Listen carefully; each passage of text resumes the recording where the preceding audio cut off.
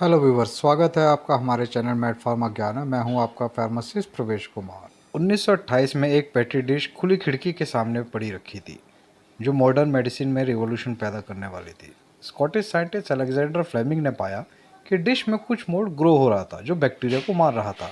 यह पेनिसिलिन था, हमारा पहला एंटीबायोटिक। यह वंडर ड्रग और दूसरे एंटीबायोटिक्स लाखों लोगों की जान बचाने वाला था। परंतु जैसे जैसे समय बीता गया, हमने अपनी नासमझी में इन्हें अंधाधुंध इस्तेमाल किया और अपना भविष्य विनाश की तरफ झोंक दिया, क्योंकि हर बार जब हमने इन्हें इस्तेमाल किया, इनका दुरुपयोग ही किया है, जिसकी वजह से हमने बैक्टीरिया को इवॉल्व होने का चांस दे दिया और बैक्टीरिया को एंटीबायोटिक के प्रति रेजिस्टेंस बना दिया। इसका परिणाम ये हुआ कि अब हम लोगों के चोट भी कई बार जानलेवा साबित हो रही है। एक कीमोथेरेपी भी अनसेफ हो रही है। सिंपल सी सर्जरीज भी रिस्की साबित हो रही है। और इन सब के पीछे सिर्फ एक कारण है, एंटीबायोटिक रेजिस्टेंस। तो चलिए जानते हैं एंटीबायोटिक रेजिस्टेंस क्या है। एंटीबायोटिक रेजिस्टेंस के पहले जानते हैं कि एंटीबायोटिक क्या होती है। एंटीबायोटिक बैक्टीरिया के खिलाफ सक्रिय रोगाणुरोधी पदार्थ का एक प्रकार है। ये जीवाणु संक्रमण से लड़ने के लिए सबसे महत्वपूर्ण प्रकार का जीवाणुरोधी एजेंट है और इस तरह के संक्रमण के उपचार और रोकथाम में एंटीबायोटिक दवाओं का व्यापक रूप से उपयोग किया जाता है। एंटीबायोटिक या तो बैक्टीरिया को मार सकते हैं या इनकी वृद्धि को रोक सकते हैं। एंटीबायोटिक रेजिस्टेंस उस स्थिति को कहते हैं जब बैक्टीरिया उन दवाइयों के प्रति अनुकूलित हो जाते हैं जो उन्हें मारने के लिए बनाई गई हैं। इसका मतलब है कि बैक्टीरिया मरते नहीं हैं और लगातार बढ़ते जाते हैं। एंटीबायोटिक रेजिस्टेंस बैक्टीरिया के कारण होने वाले इन्फेक्शन का इलाज करना कभी कभी काफ़ी मुश्किल हो जाता है और कई बार इसका इलाज करना असंभव होने लगता है। ज़्यादातर मामलों में एंटीबायोटिक रेजिस्टेंस के मरीज को मेडिकल सुविधाओं का सहारा लेना पड़ता है और लंबे समय तक हॉस्पिटल बेड में रहने के साथ ही मौत का भी सामना करना पड़ सकता है।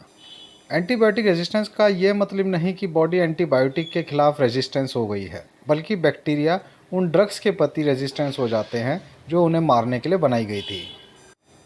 अब दुनिया भर में एंटीबायोटिक्स का उपयोग और प्रिस्क्रिप्शन को चेंज करने की ज़रूरत है। अगर नई मेडिसिन डेवलप होती है तो बिहेवियर चेंज के बिना एंटीबायोटिक रेजिस्टेंस वैसा ही बना रहेगा। एंटीबायोटिक रेजिस्टेंस की तरह ही एंटी माइक्रोबियल रेजिस्टेंस भी होता है। इसमें माइक्रो ऑर्गेनिज्म जैसे कि bacteria, parasite, virus, fungi anti microbial drug के संपर्क में आने पर चेंज हो जाते हैं। यह एंटी माइक्रोबियल रेजिस्टेंस डेवलप कर लेते हैं। इन्हें सुपर बग्स कहा जाता है। इसका परिणाम ये होता है कि दवाइयाँ इन्फेक्शन पर असर नहीं करती, जिससे दूसरों को भी इन्फेक्शन फैलने का खतरा बढ़ जाता है। तो अब जानते हैं एंटीबायोटिक रेजिस्टेंस के लक्षण क्या है। एंटीबायोटिक रेजिस्टेंस किसी भी इंसान को किसी भी स्टेज पर प्रभावित कर सकता है। एंटीबायोटिक रेजिस्टेंस बैक्टीरिया से होने वाले इन्फेक्शन आपको पूरी बॉडी को अफेक्ट कर सकता है। ये बहुत सारे लक्षणों का कारण बन सकते हैं, लेकिन सिर्फ कुछ लक्षणों को देखकर ये नहीं कहा जा सकता कि ये इन्फेक्शन एंटीबायोटिक रेजिस्टेंस बैक्टीरिया के कारण हुआ है। इसका सबसे सामान्य लक्षण मरीज पर दवा का असर नहीं होना है। साथ ही ट्रीटमेंट में स्टैंडर्ड एंटीबायोटिक्स का उपयोग करने पर भी मरीज का ठीक ना होने पर इसका लक्षण है। व्यूअर्स, अब जानते हैं एंटीबायोटिक रेजिस्टेंस का कारण क्या है।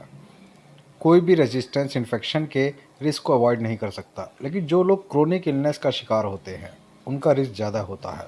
अगर एंटीबायोटिक दवाएं अपनी इफ़ेक्टिवनेस खो देती हैं तो इन्फेक्शन का इलाज मुश्किल हो जाएगा। एंटीबायोटिक रेजिस्टेंस तब होता है जब बैक्टीरिया का इलाज एंटीबायोटिक के द्वारा किया जाता है। इसमें दवाइयाँ ज़्यादातर जर्म को मार देती हैं, लेकिन कीटाणुओं का छोटा ग्रुप सर्वाइव कर सकता है। ऐसा इसलिए होता है कि कई बार बैक्टीरिया दवा के इफ़ेक्ट के खिलाफ जीवित रहने की क्षमता विकसित कर लेता है, या कई बार दवा को कोशिका से बाहर करने की क्षमता विकसित कर लेता है, और कई बार म्यूटेशन को बदल लेना जिससे मेडिसिन काम नहीं कर पाती, ये भी प्रमुख कारण हो जाता है। जब बैक्टीरिया रेजिस्टेंस हो जाते हैं तो ओरिजिनल एंटीबायोटिक्स उन्हें मार नहीं पाती। ये जर्म ग्रो होते हैं और फैलते हैं।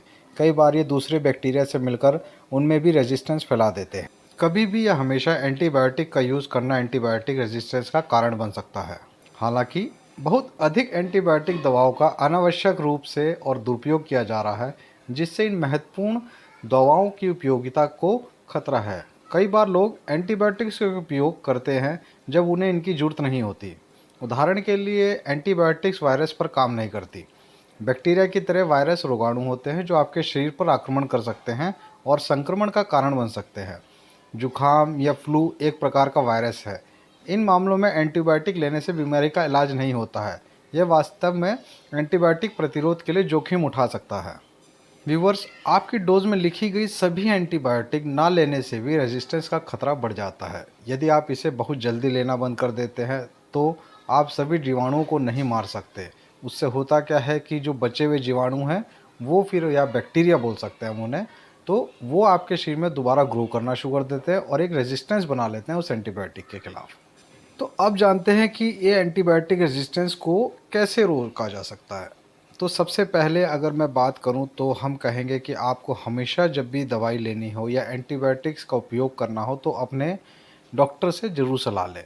कभी भी एंटीबायोटिक्स की मांग ना करें यदि आपका फार्मासिस्ट या डॉक्टर कहता है कि आपको इसकी आवश्यकता नहीं है।